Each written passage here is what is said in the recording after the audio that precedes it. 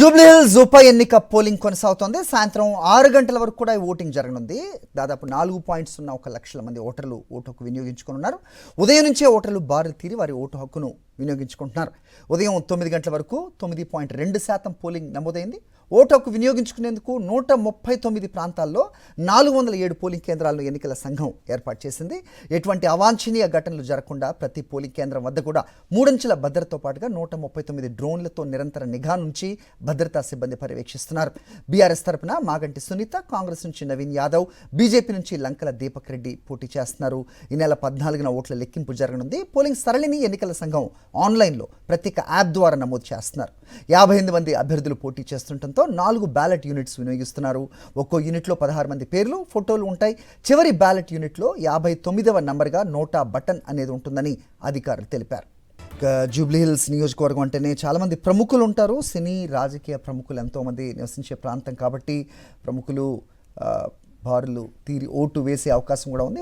ప్రస్తుతం మనం చూస్తున్నాం సినీ సెలబ్రిటీస్, స్టార్ డైరెక్టర్ రాజమౌళి కుటుంబ సభ్యులతో కలిసి ఓటు హక్కు వినియోగించుకున్న దృశ్యాలు మనకి స్క్రీన్ మీద కనిపిస్తున్నాయి. సో జూబ్లీహిల్స్ ప్రాంతం అంటేనే మనకి తెలిసిందే సినీ సెలబ్రిటీస్ అవ్వచ్చు, అలాగే రాజకీయ ప్రముఖులు అవ్వచ్చు, పారిశ్రామికవేత్తలు పెద్ద ఎత్తున ఇదే ప్రాంతంలో నివసిస్తూ ఉంటారు. వాళ్ళ ఓటు కూడా ఇక్కడే ఉంటుంది.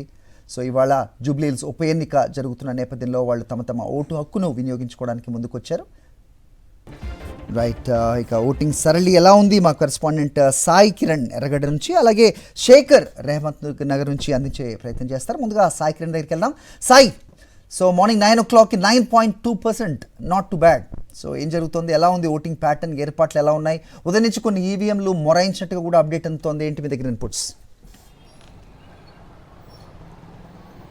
సరే, జూబ్లీహిల్స్ ఉప ఎన్నిక ఉదయం 7 గంటలకు ప్రారంభమైంది. ఇప్పుడు టైం 9:20 గంటలు అవుతుంది. సో 9 గంటల వరకు పర్సంటేజ్ వచ్చి పోలింగ్ పర్సంటేజ్ 9.2%గా కూడా నమోదైనట్టు ఎన్నికల అధికారులు కాసేపటి క్రితమే ప్రకటించారు. సో మరి 9.2% అంటే ఇది ఒక ఉప ఎన్నిక.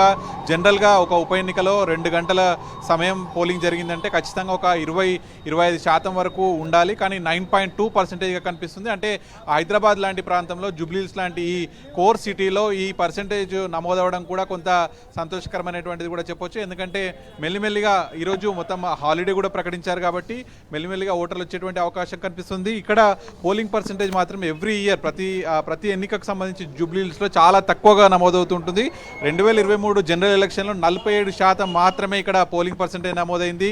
హైదరాబాద్లో ముఖ్యంగా జూబ్లీహిల్స్ లాంటి ప్రాంతంలో ఓటర్లు బయటకు వచ్చి ఓటు హక్కు వినియోగించుకోవాలని చెప్పి అటు ప్రతి రాజకీయ పార్టీలు, ఎన్నికల అధికారులు వీళ్ళంతా కూడా రిక్వెస్ట్ చేస్తున్నారు. అవగాహన కార్యక్రమాలు కూడా చేశారు, అన్ని ఏర్పాట్లు కూడా చేశారు. మొట్టమొదటిసారిగా ఇటు పోలింగ్ అసిస్టెంట్స్ను, బూత్ల వద్ద బూత్ అసిస్టెంట్స్ను కూడా ఏర్పాటు చేశారు. ఎందుకంటే ఓటర్లు వచ్చి కన్ఫ్యూజ్ కాకుండా, అలాగే ముఖ్యంగా వాళ్ళు ఈసారి ఓటర్స్ ఎవరైతే ఉంటారో వాళ్ళు పోలింగ్ స్టేషన్కి రీచ్ కావడానికి వాళ్ళ సెల్ ఫోన్ అందుబాటులో ఉంటే చాలా ఈజీగా ఉంటుంది. ఎందుకంటే లొకేషన్ పెట్టుకొని చాలామంది వెళ్తుంటారు కాబట్టి ఇక్కడ సెల్ ఫోన్ డిపాజిట్ కేంద్రాన్ని కూడా ఏర్పాటు చేశారు మొట్టమొదటిసారిగా. గతంలో ఎప్పుడు కూడా ఈ సెల్ ఫోన్ డిపాజిట్ కేంద్రం ఉండకపోయేది. సో సెల్ ఫోన్ లేకపోయేసరికి చాలామంది ఓటర్స్ ఇబ్బంది పడతారు పోలింగ్ బూత్ల వద్దకు రావడానికి. సో ఇక్కడ పోలింగ్ బూత్ వద్ద సెల్ ఫోన్ పెట్టి లోపలికి వెళ్ళి ఓటు వేసి మళ్ళీ బయటకు వెళ్ళిపోవచ్చు. సో అట్లాంటి సదుపాయం కూడా ఏర్పాటు చేశారు. అలాగే డ్రోన్ల సదుపాయం కూడా ఏర్పాటు చేశారు. సో మొత్తానికి 9.2%, 9 గంటలు దాటేసరికి 9.2% అనేటువంటి చెప్పొచ్చు. మరి సాయంత్రం 6 గంటల వరకు ఎంత శాతం నమోదవుతుందో కూడా చూడాల్సి ఉంది. ఓకే సాయి, మరోవైపు మా కరెస్పాండెంట్ దిలీప్ వెంగళరావు నగర్ నుంచి కూడా జాయిన్ అవుతారు, సిద్ధంగా ఉన్నారు. దిలీప్, చెప్పండి, ఎక్కడున్నారు ప్రస్తుతం? మీరు ఏ పోలింగ్ బూత్ వద్ద ఉన్నారు? ఎలా ఉంది అక్కడ ఓటింగ్ ప్యాటర్న్, ఏర్పాట్లు ఎలా ఉన్నాయి? అప్డేట్ చెప్పండి.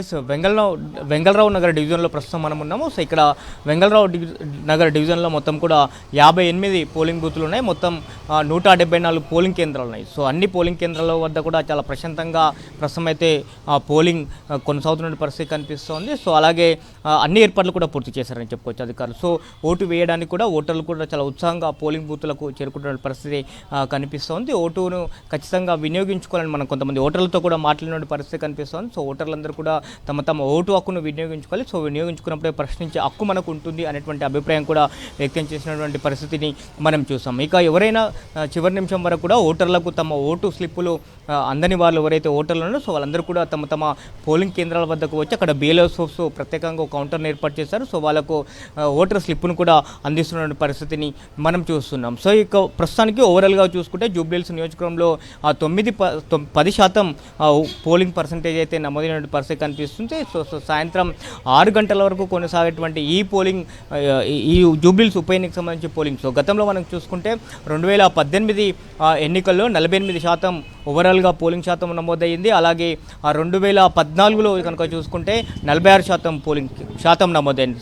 సో ఇప్పుడు దాన్ని బీట్ చేసే అవకాశం ఉన్నట్టుగా స్పష్టంగా కనిపిస్తుంది. ఎందుకంటే ఉదయం నుంచి కూడా ఓటర్లు పెద్ద ఎత్తున కూడా ఇటు ఉద్యోగులు అయితే చాలా పెద్ద ఎత్తున పాల్గొనే పరిస్థితి కనిపిస్తుంది. సో ప్రస్తుతం అయితే వెంగళరావు నగర్ డివిజన్లో చాలా ప్రశాంతమైనటువంటి వాతావరణంలోనే ఆ పోలింగ్ జరుగుతున్న పరిస్థితి కనిపిస్తుంది. ఆల్రైట్, మా కరెస్పాండెంట్ శేఖర్ దగ్గరికి వెళ్దాం. రెహమత్ నగర్లో ఉన్నారు. శేఖర్, చెప్పండి ఎలా ఉంది ఓటింగ్ ఉదయం నుంచి కూడా? సో 9.2% అంటే ఓకే అని చెప్తూ ఉన్నారు.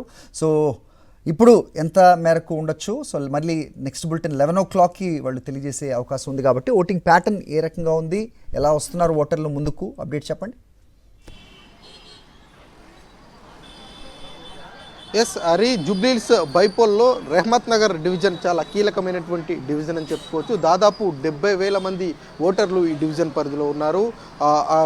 58 పోలింగ్ కేంద్రాలు ఈ డివిజన్ పరిధిలో ఉన్నాయి. ఈ 58 పోలింగ్ కేంద్రాల్లో దాదాపు 10 నుంచి 12 క్రిటికల్ పోలింగ్ కేంద్రాలు ఉన్నాయి. సెంట్రల్ బలగాల ఆధ్వర్యంలో ఈ క్రిటికల్ పోలింగ్ కేంద్రాలు ఏవైతే ఉన్నాయో ఆ కేంద్రాల దగ్గర భారీ బందోబస్తును ఏర్పాటు చేశారు. మొత్తం 58 మంది అభ్యర్థులు ఉన్నారు. ప్రతి పోలింగ్ స్టేషన్ ముందు ఇట్లా ఏదైతే పోస్టర్లు అతికేయడం జరిగింది. ప్రతి పోలింగ్ కేంద్రం ముందు ఓటర్లు వచ్చేటువంటి వాళ్ళందరికీ కూడా ఈ పోలింగ్ అవగాహన చేస్తున్నటువంటి పరిస్థితులు ఉన్నాయని చెప్పుకోవచ్చు. ఇక్కడ 2 కేంద్రాలు ఉన్నాయి. 2 కేంద్రాల దగ్గర ఓటర్లకు సంబంధించినటువంటి సంఖ్యను కూడా ఏర్పాటు చేయడం జరిగింది. నోటీస్ బోర్డును ఏర్పాటు చేసినటువంటి సందర్భంలో రూమ్ నెంబర్ 2 166 సంబంధించినటువంటి దాంట్లో 628 ఓటర్లు ఉన్నట్లుగా అధికారులు ఇక్కడ లెక్కను కూడా వేశారు. ఓటర్లంతా కూడా బార్లు తీరుతా ఉన్నారు. ఉదయం నుంచి ఏదైతే 165 పోలింగ్ కేంద్రం ప్రజెంట్ మనకు విజువల్లో కనిపిస్తూ ఉందో దాదాపు గంట ఆలస్యం అయిందని చెప్పుకోవచ్చు.